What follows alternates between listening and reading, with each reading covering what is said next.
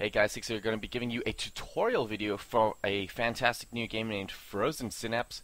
You can find more details at frozensynapse.com, and basically if I were to describe this game to a friend, I would describe it as a mix between chess and Counter-Strike. Mainly because when you start a game, the computer will randomly generate a map, randomly place some guys for your team and some soldiers for your opponent's team, and they will be roughly of the same powerfulness, I guess. They're roughly the same deadliness. So as you can see, I've started a game against the AI, a random AI match, and it's given me a loose objective. You have 5 turns. Your objective is to kill as many of the opponent's force while keeping as many of your units alive as possible. So today I'll just be running through the basics, and as I press OK, you are going through the planning phase now. So currently what I need to do is set waypoints and plan for my guys. And as you can see, they're quite spread out. I have 2 machine gun guys, and my opponent also has 2 machine gun guys, but his machine gun soldiers are very, very close together, so that will allow them to work together and sort of lock down this room. And as you can see, I can right click, and I do have a number of options. I'll be going through all of them today. I can also zoom in with my mouse wheel, and if I hold right click and drag my mouse, I can actually scroll the camera, and I can actually zoom in all the way to the ground. So yeah, pretty sleek right there. So what I'm going to do is go ahead and firstly I'm going to move my shotgun guy, just because he's very far away and I want to get him a bit closer.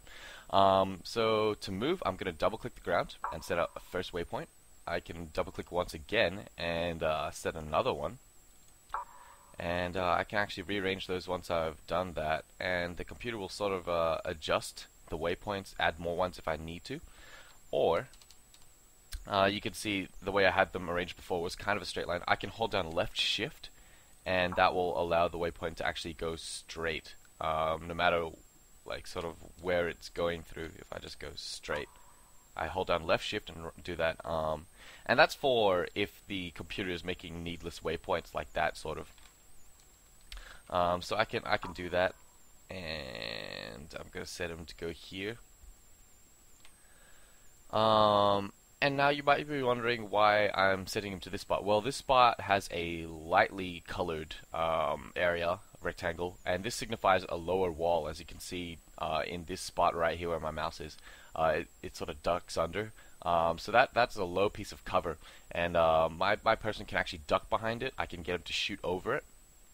So what I'm going to do is I'm going to prepare for if this machine gun guy on the left chooses to run out here to the left to attack my exposed machine gun person. I don't think that'll happen, but you should always prepare for the worst.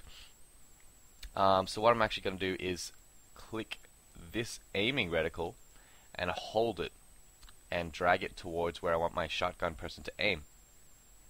Now if you set this aiming reticle, you have basically set it for the rest of the waypoints. So if I make another waypoint here, he's still going to be aimed where that triangle, where that arrow is currently, and that will give him a movement penalty. So he'll move slower, but he will also be more prepared for, say, if there's a guy right here, he will be able to attack first. He'll get a buff basically for being aimed in that direction first. So if I play out this turn without committing to it, see, he moves straight forward. Oh, that waypoint's currently a little bit off, I guess. Need to fix that a little bit. I'll put, whoa, shit. I'll just put 2 waypoints here and aim this way, and then I will set another waypoint. I'll just press play, and basically you can see how your move would turn out without committing to it. So as you can see, this green arrow shows how much I can do in what turn. This is the extent of my orders that will be carried out until the first turn is over, which is approximately 5 seconds. So I'll press play, and after you can see after he gets to the point where he's told to aim in a specific direction, he actually moves a bit slower. I'm not sure if you saw that. I will be showing it once again. See, he's moving quite fast, and now he has to aim, and the model actually sticks to aiming to that direction, and he moves a little bit slow after that. So that is just some cool stuff to note. So basically that's what I'm going to do with my shotgun person. with this second person, he is quite exposed. He's behind a low piece of cover. This entire piece is low piece of cover. And what I'm going to get him to do is actually, I'm going to right click him and I'm going to tell him to duck behind this cover. Okay, and my plan right now is to get him to wait here for a couple of seconds and then dash around to here to get into some better cover and possibly be able to link up with this person on the right. So how am I going to do that? Well, this white dot is actually a timer. So I can tell him to wait for 1.2 seconds. If you can see on the right hand side of that white dot, it actually has a meter of how long you were waiting. And what I'm going to say is after 1.2 seconds, I want him to move this way. However, if he moves when he's crouched, he's going to be moving very, very slowly. So I'm going to tell him after 1 second approximately, so where my arrow's clicking, after I click here, I set an order. I right click it and tell him to stand. So that's saying at this point in time, after you've waited up to this green arrow, I want you to stand up, and then after another 0.2 seconds approximately until the end of this meter, he is going to dash over to here. And normally troops will engage anyone who's in their sight. So when this troop moves down to the bottom left here, if there was a red troop standing right here, he would stop and engage. So I don't want him to stop when he's moving like this. I want him to dash even if he's being shot at. These troops are not 100% accurate. It depends on the distance for where you're shooting to where your target is. So what I'm going to do is right click this waypoint and click continue on sight, which will show up a little gun and a little X. So basically it means that he will not engage even if he spots someone. So I'm going to go ahead and play this just to see what would happen. And yep, he stayed ducked behind that cover for a second, and then he moved away into this cover. He ran around here. So that's cool. That's what I wanted so far. So as you can see, both of these troops are moving in a coordinated fashion. So very cool right there.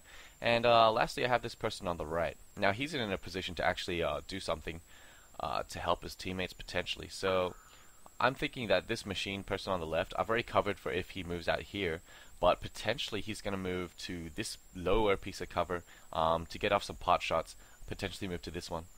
And I want to deny that. So basically, if you can see, I actually have an avenue of attack. If you follow my mouse, if I position my person here, I can shoot over this low piece of cover, possibly through this gap, and into this window maybe. So yeah, I'm going to take advantage of that. And also one thing to note is, if you see these white lines, let's see here, that is where I'm aiming at, and it's also a symbol of the range of my gun. However, the further away it is, the less accurate it is, and yeah, you'll probably figure it out pretty soon. So what I'm going to do is tell him to move over to the right, and then aim, and if you hold down, click, and drag it out, you can actually see where you can shoot, where you can't. And yeah, I'm pretty satisfied with that aiming. And yeah, that is looking all good. So once I've played out my moves a few times, I'm sure that these are the actions that I want to take on my first turn. I am going to click prime right here in the bottom right. System primed. System primed. That means I'm committing to the set of moves. I press OK, and the AI is going to work out its turn. It's very quick to do that. And here's the outcome of what happens when my moves meet his moves. And he actually, whoa, the AI might not be very good, but getting in some machine gun loving right there. Both of the machine gun guys are stacked on top of each other, and you can only see one. So possibly a bit of a bug there. But nevertheless, my shotgun person has established a little bit of a perimeter here. I've locked down at least a little bit of a triangle here. So he should be covered if I want to move my shotgun person out to this northern side perhaps. So that's exactly what I'm going to do. I'm going to move him this way, and then like that. And whoa. And I am going to tell him cancel aim.